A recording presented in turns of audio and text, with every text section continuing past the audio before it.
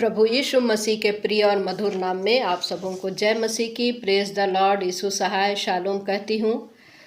मेरे YouTube channel पर और फेसबुक पेज पर मेरे सभी प्रिय भाइयों और बहनों का मैं बहुत हृदय से धन्यवाद देती हूँ, वेलकम करती हूँ और परमेश्वर पिता से उम्मीद करती हूँ कि मेरे परमेश्वर ने आपको भला चंगा रखा होगा।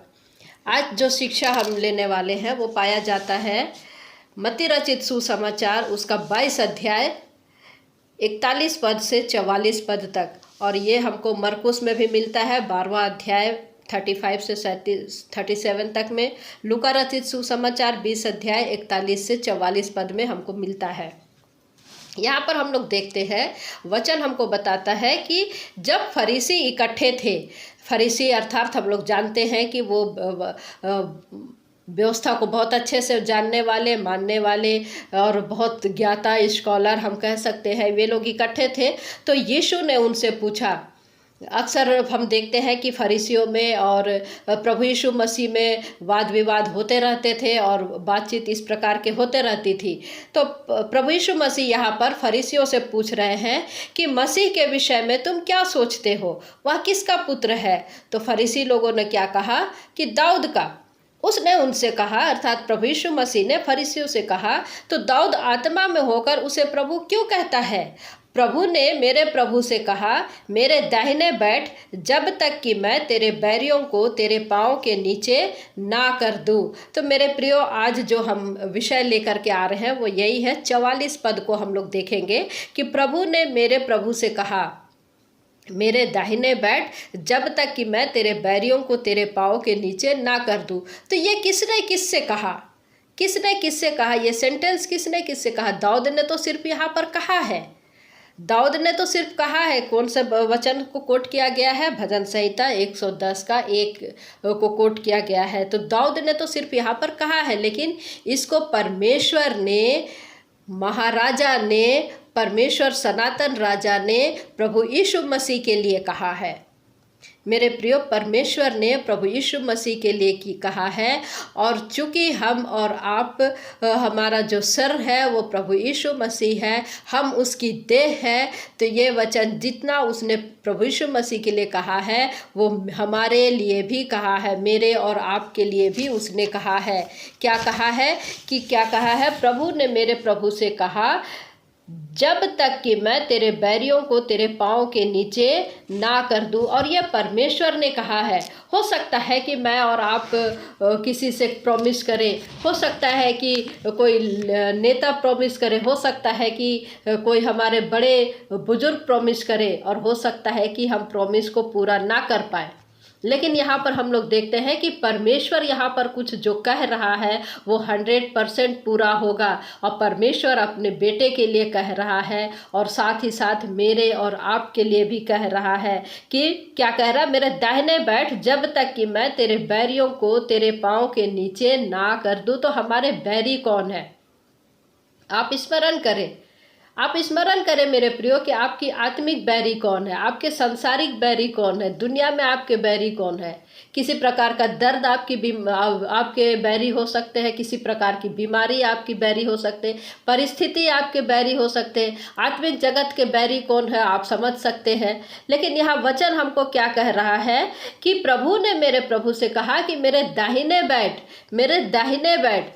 परमेश्वर का ये तरीका है। वो कह जरूर रहा है कि मैं तेरे बैरियों को तेरे पाँव के नीचे कर दूंगा, लेकिन उसकी कंडीशन क्या है, तरीका क्या है? कि हमको और आपको उसके दाहिने बैठना है। कई बार हम लोगों को बैठने में बहुत तकलीफ होता है। परमेश्वर के शरण में लड़ने भिड़ने में हमको बहुत आनंद आता है। जब तक हम लड़ भिड़ नहीं लेते हमको सुकून नहीं मिलता। हम उस परमेश्वर के शरण में बैठना नहीं चाहते। हम दूसरों की सुनते हैं लेकिन परमेश्वर की नहीं सुनते। और वचन हमको बता रहा है कि मेरे पास बैठ, बाकी का काम मैं करूँगा, बाकी का काम मैं करूँगा। हमको कहीं जाने की ज़रूरत नहीं है, हमको कहीं लेटने बैठने की ज़रूरत नहीं है, हिमालय में चढ़ने की ज़रूरत नहीं है, पर्वत नदी पहाड़ में जाने की ज़रूरत नहीं है, किसी ऊंचे स्थान पर हमको जाने की ज़रूरत नहीं है, हमको कहीं बर्फीले ऊंचाई में जाने की ज़रूरत नहीं है, सर के बल हमको चल के जाने की आवश्यकता नहीं है। लेकिन परमेश्वर हमसे कह रहा है कि मेरे पास बैठ, मेरे दाहिने बैठ, और जो कुछ करना है वो मैं करूँगा।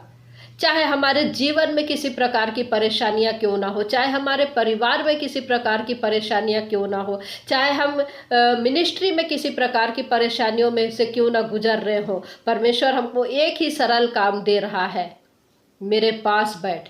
लेकिन मेरे प्रिय भाइयों और बहनों, आज वर्तमान में कलीसिया जो है इस प्रकार की हो गई है कि परमेश्वर का कार्य को अपने हाथ में ले लिए हैं, खुद हैंडल करना चाहते हैं और अपना कार्य जो है परमेश्वर को दे रहे हैं। और होता क्या है कि हम संघर्ष में और बढ़ते चले जाते हैं, बढ़ते चले जाते हैं, बढ़ते चले जाते हैं। हमारे जो परेशानियां हैं वो कम होने के बजाय वो बढ़ता चला जाता है। क्यों? क्योंकि हम परमेश्वर के सामने ठहरे नहीं रह पाते हैं। परमेश्वर ने जो हमारे लिए ठहराया है वो हमको करना है, और जो परमेश्वर अपने लिए ठहराता है हमको परमेश्वर का कार्य को परमेश्वर को करने देना है, और हमारा जो कार्य है वो हमको करना है। क्या आप सोच सकते हैं कि परमेश्वर का जो भी कार्य है उसको क्या पूरी दुनिया मिल करके भी कोई कार्य कर सकते हैं क्या?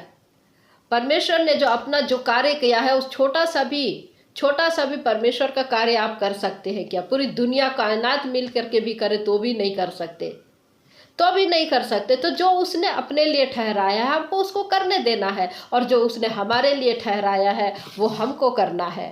और इसलिए यहाँ पर हमको वचन क्या कहता है कि प्रभु ने मेरे प्रभु से कहा, मेरे दाहिने बैठ, जब तक कि मैं तेरे बैरियों को तेरे पाँव के नीचे ना कर दूं। परमेश्वर कह रहा है कि अपने सारे मुकदमा मुझे सौंप दे, तू सिर्फ बैठ, अपने सारे प्रॉब्लम मुझे सौंप दे, अपने सारे झगड़े मुझे सौंप दे, अपने सारे स्ट्रगल मुझे दे दे, अपने पूरे संघर्ष मुझे दे दे। तू सिर्फ मेरे पास में बैठ, और जिन बातों से तू जूझ रहा है, जिन बातों से तू संघर्ष कर रहा, उसे तू मुझे दे दे। प्रभु परमेश्वर ने देखिए वचन में क्या कहता है, यीशु मसीह के लिए क्या कहा था। पहला पतरस में हम लोग देखेंगे, पहला पतरस 2 अध्याय उसका 22 पद से आगे, ना तो उसने पाप किया और ना उसके मुंह से छल की कोई बात निकली। वह गाली सुनकर गाली नहीं देता था और दुख उठाकर किसी को भी धमकी नहीं देता था, पर अपने आप को सच्चे न्यायी के हाथ में सौंपता था। तो हमको क्या करना है? देखिए, प्रभु यीशु मसीह के हम लोग फॉलोवर लोग हैं, तो हमको उसके अनुसार चलना है। परमेश्वर जो कहता है वो परमेश्वर का कार्य है, तो परमेश्वर को हमको करने देना है। यहाँ पर हमको बहुत अच्छा एग्जाम्पल क्या मिल रहा है कि वह क्या कर रहा है, अपने आप को सच्चे न्यायी के हाथ में सौंप रहा है। उसने क्या किया, इन सब का न्याय होगा। जिसने मुझे दुख दिया है उन सब का न्याय होगा, जो मुझे गाली दे रहे हैं उनका भी न्याय होगा, लेकिन मेरे हाथों नहीं, मेरे पिता के हाथों अपने आप को वो सच्चे न्यायी के हाथ में सौंप रहा है। और वो समय और वो तरीका, सारा चीज़ों का न्याय होगा किसके हाथ से? परमेश्वर के हाथ से। अब मेरे प्रियो, आज यही समस्या आज हमारे पास में भी हो जाती है कई बार, कि जब हमारे पास में कोई समस्या आती तो जब तक हो सकता हम अपने आप को आगे करते हैं और हम समस्या को सुलझाने का प्रयास करते हैं। हम सच्चे न्यायी के हाथ में नहीं सौंपते और बातों को हम क्या करते हैं, बिगाड़ देते हैं। यह हमको वचन बता रहा है कि आनंद उसमें नहीं है जब बातें मेरे हाथ से फिसल जाए, तब हम परमेश्वर के हाथ में सौंपे तो क्या आनंद आया। हमारे हाथ से नहीं फिसला है, चाहे तो हम कर सकते हैं, लेकिन हमने उससे बदला नहीं लिया, और हम उस बात को, उस कार्य को, उस व्यक्ति को, अपने शत्रु को हमने परमेश्वर के हाथ में सौंप दिया। परमेश्वर न्याय करेगा। तो ये है सच्चे न्यायी के हाथ में सौंपना, और बात तब अच्छी लगती।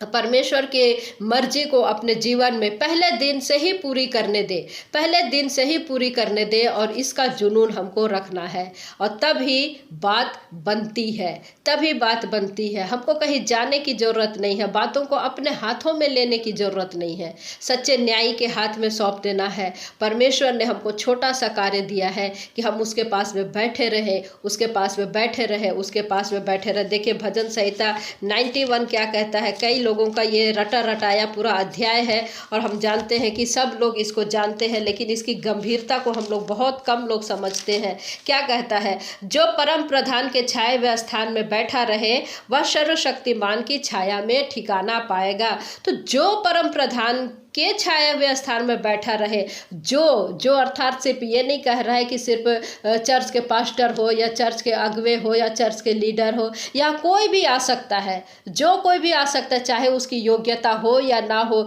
चाहे वो पढ़ा लिखा हो या ना हो। हमारा बैकग्राउंड कैसा भी हो, उससे परमेश्वर को कोई फर्क नहीं पड़ता। फर्क किसको पड़ता है? समाज को पड़ता है। लोगों को इससे लेना देना होता है, लेकिन परमेश्वर को उससे लेना देना नहीं होता है।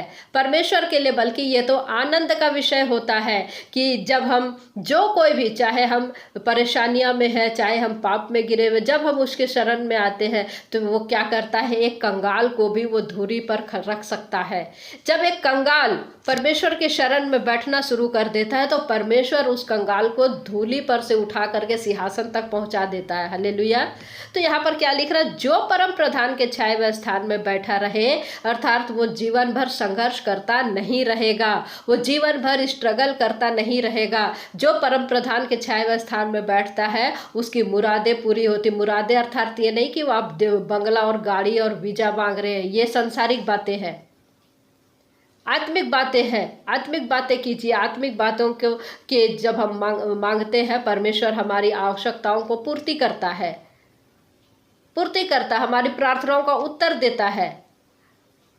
वह हमारी प्रार्थनाओं का उत्तर देता है और जीवन भर वो संघर्ष करता नहीं रहेगा। जब हम उसके शरण में बैठते हैं, उसकी इच्छा के अनुसार चलते हैं। यहाँ पर वही कहता है कि वह क्या कर रहा है? सर्वशक्तिमान की छाया में ठिकाना पाएगा। कौन? जो परम प्रधान के छाया स्थान में बैठा रहता, अर्थात वो बनाया जाएगा, वो सेटल किया जाएगा, वो रोपा जाएगा, वो बढ़ाया जाएगा। और वचन हमको बताता है कि जो परमेश्वर के हाथ के द्वारा जब परमेश्वर जब बनाना शुरू करता है तो उसको कौन रोक सकता है? उसको कौन रोक सकता है? तो मेरे प्रिय भाइयों और बहनों, हम बैठना सीखे, परमेश्वर के शरण में बैठना सीखे। और यदि आपने बैठना सीख लिया है तो परमेश्वर को काम करने से कोई रोक नहीं सकता। Praise the Lord. तो मेरा और आपका, हमारा कार्य क्या है? परमेश्वर के चरण में बैठना, परमेश्वर के परम प्रधान के छाए हुए स्थान में हमको बैठना सीखना है। मेरे प्रियो, हम देखते हैं कि बैठने में और बैठे रहने में बहुत अंतर है। लोग शुरुआती तो करते हैं लेकिन लंबे समय तक, आखिरी तक बैठे नहीं रह पाते। ठहरे तो रहते हैं एक समय तक, लेकिन लंबे समय तक ठहरे नहीं रह पाते हैं। जब जीवन में चुनौतियां आती है, जब जीवन में संघर्ष आती है, जब जीवन में प्रॉब्लम आते हैं, नए नए प्रॉब्लम क्रिएट होते हैं, तब हम बैठे नहीं रह पाते हैं। हमको आदत डालना है, चाहे हमारे जीवन में परिस्थिति किसी भी प्रकार की क्यों ना हो, चाहे जितनी भी विवश परिस्थिति क्यों ना आ जाए, चाहे कितनी भी दयनीय परिस्थिति क्यों ना आ जाए। अभी जैसे हमने आपको बताया कि मेरे हस्बैंड की किस तरीके की स्थिति थी, किंतु परमेश्वर ने हमको उन सारी बातों से उबारा। आज हमारे हस्बैंड स्वस्थ है और आज मैं वचन को लेकर के आने पा रही हूँ। ये परमेश्वर की बहुत बड़ी अनुग्रह है। तो हमको बैठे रहना है जब तक कि परमेश्वर स्वयं उपाय ना कर दे। जब तक उपाय जो है परमेश्वर स्वयं ना कर दे, हमको अपने प्रॉब्लम को परमेश्वर के हाथ में सौंपना है। जब तक हमारी परिस्थिति बिगड़ती चले जाती है, बिगड़ती चले जाती है, और जब हम उन परिस्थितियों को हैंडल नहीं कर पाते हैं और हमको ऐसा लगता है कि अब बस अब और कुछ नहीं होगा, अब हम बैठे तो हैं लेकिन बैठे नहीं रह पाते हैं, हम ठहरे तो हैं लेकिन ठहरे नहीं रह पाते हैं। मेरे प्रियो, हम परमेश्वर की अनुग्रह से वंचित हो जाते हैं। और ऐसे ही एक व्यक्ति है जो बाइबल में हमको बताता है, बहुत अच्छा एग्जाम्पल हमको बताता है, जिसके बारे में हम लोग आगे देखेंगे। और उसका नाम है शाऊल। शाऊल जो कि पुराने नियम में हम लोग देखते हैं इजरायलियों का राजा, जो कि पहला राजा चुना गया था। शामुएल के द्वारा उसका अभिषेक किया गया राजा के रूप में। और 8वें पद में, पहला शामुएल 10वां अध्याय 8वें पद में हम लोग देखते हैं कि शामुएल उसको रुकने के लिए कहता है, इंतजार करने के लिए कहता है, और उसको क्या करता है? गिलगाल को भेजता है और कहता है कि मैं जब तक ना आऊँ तब तक तुम होम बलि और चढ़ाने की, मैं होम बलि और मेल बलि चढ़ाने के लिए मैं तेरे पास आऊँगा और तू 7 दिन तक मेरी बाट जोहते रहना, और उसके बाद मैं वहाँ पहुँच करके तुझे बताऊंगा कि तुमको क्या करना है। और यहाँ पर हम लोग देखते हैं कि शाऊल को जो कि इंतजार करना है, उसकी बाट जोहना है, और फिर उसके बाद में शामुएल आएगा और या यूँ कहे कि परमेश्वर जो है शामुएल के द्वारा बताएगा, उसको निर्देश देगा कि उसको क्या करना है और क्या नहीं करना है। लेकिन हम लोग आगे हम लोग देखते हैं 13वां अध्याय में हम लोग देखते हैं कि शाऊल के पास में ऐसी स्थिति आ जाती है, युद्ध की स्थिति आ जाती। पलिश्ती जो कि पूरे चारों तरफ से घेरे हुए हैं और 30,000 रथ है, लोग हजारों की संख्या में, या यूँ कहे कि अनगिनत उसकी सेनाएं हैं और वे चारों तरफ से घिरे हुए। शाऊल जो कि चारों तरफ से देख रहा अनगिनत सेना है, और उसके लोग जो कि हम लोग 6वें पद में क्या देखते हैं कि इजरायली पुरुषों ने देखा कि वे लोग सकेती में हैं और वे लोग सचमुच में संकट में है। बाइबिल इसको कह रही है कि सचमुच वे लोग संकट में है। और कई लोग क्या किए, गुफाओं में छिपने लगे, झाड़ियों में छिपने लगे, चट्टानों में छिपने लगे, गड़ियों में छिपने लगे, गड्ढों में छिपने लगे। और ये सारी चीज़ों को जो है शाऊल देख रहा है। और कई लोग क्या कर रहे हैं, इब्री यरदन पार अर्थात शहर छोड़ करके जा रहे हैं, और इन सारी चीज़ों को शाऊल देख रहा है। भय का माहौल है, थरथराहट का माहौल है, डर का माहौल है। और ऐसे समय में वो जबकि शाऊल को शामुएल ने कहा था कि मेरा इंतजार करना, मैं आऊँगा, लेकिन जब 7वें दिन में वो ठहराए हुए समय में वो नहीं आया, तब उसने क्या किया, स्वयं होम बलि और मेल बलि चढ़ाया। क्या यहाँ पर हम लोग देखते हैं कि शाऊल को ये उचित था कि वो करता? क्या शामुएल जो कि 7वें दिन में नहीं आया? शामुएल आया, लेकिन 7वें दिन तक शाऊल जो है प्रवेश तो कर चुका, लेकिन 7वें दिन के आखिरी तक वो नहीं जा पाया। शामुएल ने ये नहीं कहा था कि मैं सुबह आऊँगा या दोपहर आऊँगा या शाम को आऊँगा, लेकिन वो 7वां दिन ख़त्म नहीं हुआ था। 7वां दिन ख़त्म नहीं हुआ था, लेकिन घबराहट इतनी ज़्यादा शाऊल के जीवन में, परेशानियां इतनी ज़्यादा, प्रेशर में इतना है कि वो उसको समझ में नहीं आ रहा कि अब यह क्या करे। और उसकी जो परमेश्वर की जो बातें थी उसको उसने छोड़ दिया या भूल गया, आज्ञा नहीं माना। और हम देखते हैं कि जैसे ही उसने होम बलि और मेल बलि चढ़ाया, शामुएल वहाँ पर पहुँच गया और उसने कितनी सफाई से, देखिए, उसको नमस्कार कह रहा, प्रेज द लॉर्ड कह रहा है, जय मसीह की कह रहा है, लेकिन क्या उसको उत्तर मिला? नहीं मिला, नहीं मिला। उल्टा शामुएल कह रहा है कि ये तूने क्या किया। फिर यहाँ पर हम लोग देखते हैं कि शाऊल जो है अपनी गलती को नहीं मान रहा है। मेरे प्रिय, परमेश्वर हमको कई बार वचन देता है और वो प्रोमिस करता है कि ठहरे रहना, चाहे दुनिया इधर की उधर क्यों ना हो जाए, चाहे जीवन में हालात परिस्थिति कैसी भी क्यों ना हो जाए, तेरे जीवन में संघर्ष और अधिक क्यों ना हो जाए, मैंने जब तुमको वचन दिया है तो वो पूरा करूँगा। बस परमेश्वर हमको कहता है कि मेरे वचन को थामे रहना, मेरे वचन को थामे रहना। और बहुत बार होता है हमारी हालात भी शाऊल की तरह हो जाती है। जब हमारे जीवन में, हमारी फैमिली में, हमारे वर्क प्लेस में या हमारी मिनिस्ट्री में जब प्रेशर बढ़ने लगता है, हमसे हैंडल नहीं हो पाता है, हम क्या करते हैं कि धीरे से अपना ट्रैक चेंज कर देते हैं। हम ठहरे तो नहीं रह पाते। हम ठहरना और ठहरे रहना में बहुत फर्क है, इसको हम लोग देख रहे हैं। शाऊल ठहरा, लेकिन हाँ, ठहरे नहीं रह पाया। 9 पद में हम लोग देखते हैं कि क्या कह रहा है शामुएल, क्या कह रहा है। शाऊल ने क्या कहा, होम बलि और मेल बलि मेरे पास लाओ। और उसने सारी चीजें वो कर दिया जो उसको नहीं करना था, वो उसका काम नहीं था। और ऊपर से वो अपनी गलती को एक्सेप्ट भी नहीं कर रहा है कि मैंने गलती किया है। तू ठहराए हुए दिन के भीतर नहीं आया। क्या वास्तव में नहीं आया शामुएल आया, लेकिन प्रेशर इतना ज़्यादा था, प्रेशर को वो हैंडल नहीं कर पाया। और क्या देखता है, तब मैंने सोचा कि पलिश्ती गिलगाल में मुझ पर आ पड़ेंगे। सारी चीज़ें हमारे सोचने पर ही डिपेंड करता। हमारी सोच ऐसी हो जाती कि हम डर जाते हैं, सामने की हवा को देख करके हम डर जाते हैं, सामने की परिस्थिति को देख करके हम डर जाते हैं और परमेश्वर के वचन को हम लोग भूल जाते हैं। जब उसने हमको वचन दिया है, प्रतिज्ञा किया है कि मैं तुमको बैरियों के हाथ से छुड़ाऊंगा, तो परमेश्वर अवश्य हमको छुड़ाएगा। लेकिन परिस्थिति को देख करके शाऊल जो है अपने हाथ में सारी चीज़ों को ले लेता है। और यहाँ पर क्या देखता है कि शामुएल ने शाऊल से क्या कहा, तूने तो मूर्खता का काम किया है, तूने परमेश्वर की आज्ञा को नहीं माना, नहीं तो यहोवा तेरा राज्य इस्राएलियों के ऊपर सदा स्थिर करता, परंतु अब तेरा राज्य बना ना रहेगा। शाऊल बिल्कुल होपलेस हो गया था। फिर भी मेरे प्रिय, जानते परमेश्वर क्या कहता है? परमेश्वर को कौन से व्यक्ति अच्छे लगते हैं? वो नहीं जो अपनी कभी गलती ना किया हो, लेकिन क्योंकि ऐसे व्यक्ति कोई भी नहीं है जो जीवन में कभी नहीं गलती किया होगा, स्वयं प्रभु यीशु मसीह को छोड़ करके। जीवन में सभी ने गलती किया है, लेकिन जो अपनी गलती मानता है परमेश्वर उसको उठाता है। लेकिन यहाँ हम लोग शाऊल को देखते हैं, उसने कभी अपनी गलती को एक्सेप्ट नहीं किया। अगर शाऊल अपनी गलती को एक्सेप्ट करता है, या कोई भी जब अपनी गलती को एक्सेप्ट करता है, परमेश्वर का दिल पिघल जाता है।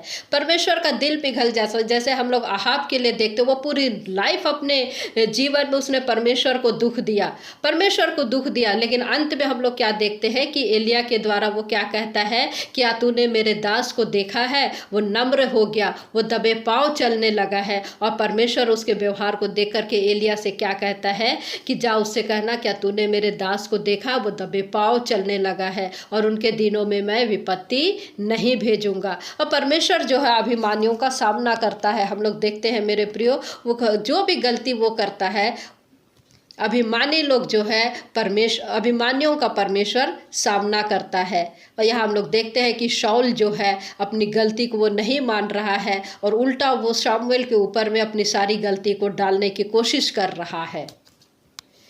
यदि वो अपनी गलती को स्वीकार कर लेता तो शायद वो परमेश्वर की दृष्टि के अनुसार वो राजा बना रहा था। राजा तो वो तब भी बना रहा था, किंतु परमेश्वर ने उसको रिजेक्ट कर दिया था। फिर भी अड़ के उसने वो बना रहा, किंतु पूरी मानसिकता उसकी मानसिक उसकी शांति नहीं थी। वो हर समय वो उसके मन में क्या था, दाऊद आ जाएगा, दाऊद आ जाएगा। हालांकि उसने युद्ध को भी जीता था, उसकी सुख सुविधाएं थी, उसके पास में रुतबा था, उसके पास में अधिकार था, जलवा था, सब कुछ था, किंतु परमेश्वर नहीं था, मेंटल पीस नहीं थी उसके पास में। पूरे समय वो दाऊद के पीछे पड़ा था, दाऊद आ जाएगा, दाऊद ये कर देगा, दाऊद वो कर देगा, दाऊद को मारेंगे। पूरे यहाँ तक कि उसने अपने बेटे को भी उसने बोला कि वो उसकी फेवर में आता है। पूरी दुनिया उसने को पूरा कार्य उसने छोड़ करके सिर्फ दाऊद के पीछे पड़ा रहा। तो मेरे प्रिय, हम लोग देखते हैं कि शाऊल जो है अपनी गलती को, हालांकि वो होपलेस हो गया था, फिर भी उसने अपनी गलती को स्वीकार नहीं किया।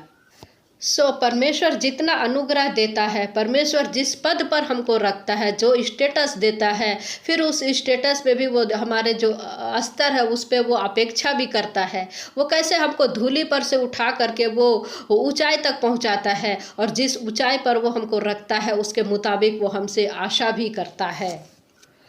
क्योंकि वो कहता है कि जब मैंने तुमको उठाया है तो उस स्थान पर रखा है जहाँ पर हजारों लोग, जहाँ पर लाखों लोग तुझे देख रहे हैं। जैसे परमेश्वर ने मूसा से कहा था कि तूने इजरायली जाति के सामने मेरा पवित्र नाम को नहीं ठहराया।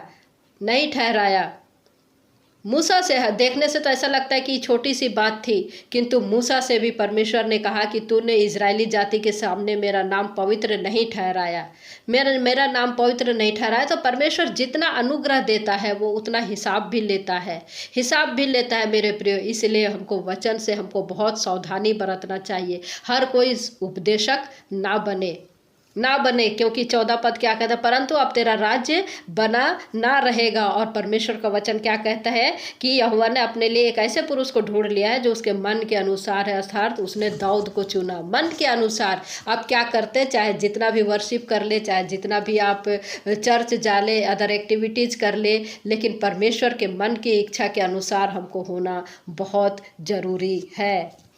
शाऊल ठहरा तो जरूर, लेकिन ठहरा नहीं रह पाया। देखिए हमको श्रेष्ठ गीत 2 का 3 पद क्या कहता है, मैं उसकी छाया में हर्षित होकर बैठ गई। हमको हर्षित होकर के बैठना, खुशी से बैठना है, अपने ना कि किसी के प्रेशर में आके, दबाव में आकर के। जब हम उसके जीवन परमेश्वर के नज़दीक में हर्षित होकर के बैठते हैं, हमको 100% हमको प्रतिफल मिलता है। और ये फल हमको किसी प्रकार से लालच में नहीं मिलता, ये फल हमको किसी प्रकार के सुन के, रट के, तोड़ के हमको नहीं मिलता है, किंतु परमेश्वर का वचन कहता है कि जो उसके शरण में बैठता है तो परमेश्वर चाहता है कि उसके लोग उसके पास में बैठे। जैसा प्रभु यीशु मसीह के लिए हम देखें मत्ती 22:44 में प्रभु कहता कि मैं तेरे बैरियों को तेरे पाँव के नीचे कर दूंगा। मेरे प्रियो, यदि आप सब बातों को अपने पैर के नीचे देखना चाहते हैं तो परमेश्वर के पास बैठना शुरू कर दे। परमेश्वर ने कहा कि मैं तेरे बैरियों को जब तक तेरे पाँव के नीचे ना ला दूं, तो जो भी जिससे भी आप डरते हैं, जो आपके डराने वाले हैं, जो आपके सताने वाले हैं, सारे लोगों को क्या कहता है कि मैं तेरे पैर के नीचे ला दूंगा। तू लड़ना बंद कर दे, तू गुस्सा करना बंद कर दे, तू चिड़चिड़ाना बंद कर दे, तू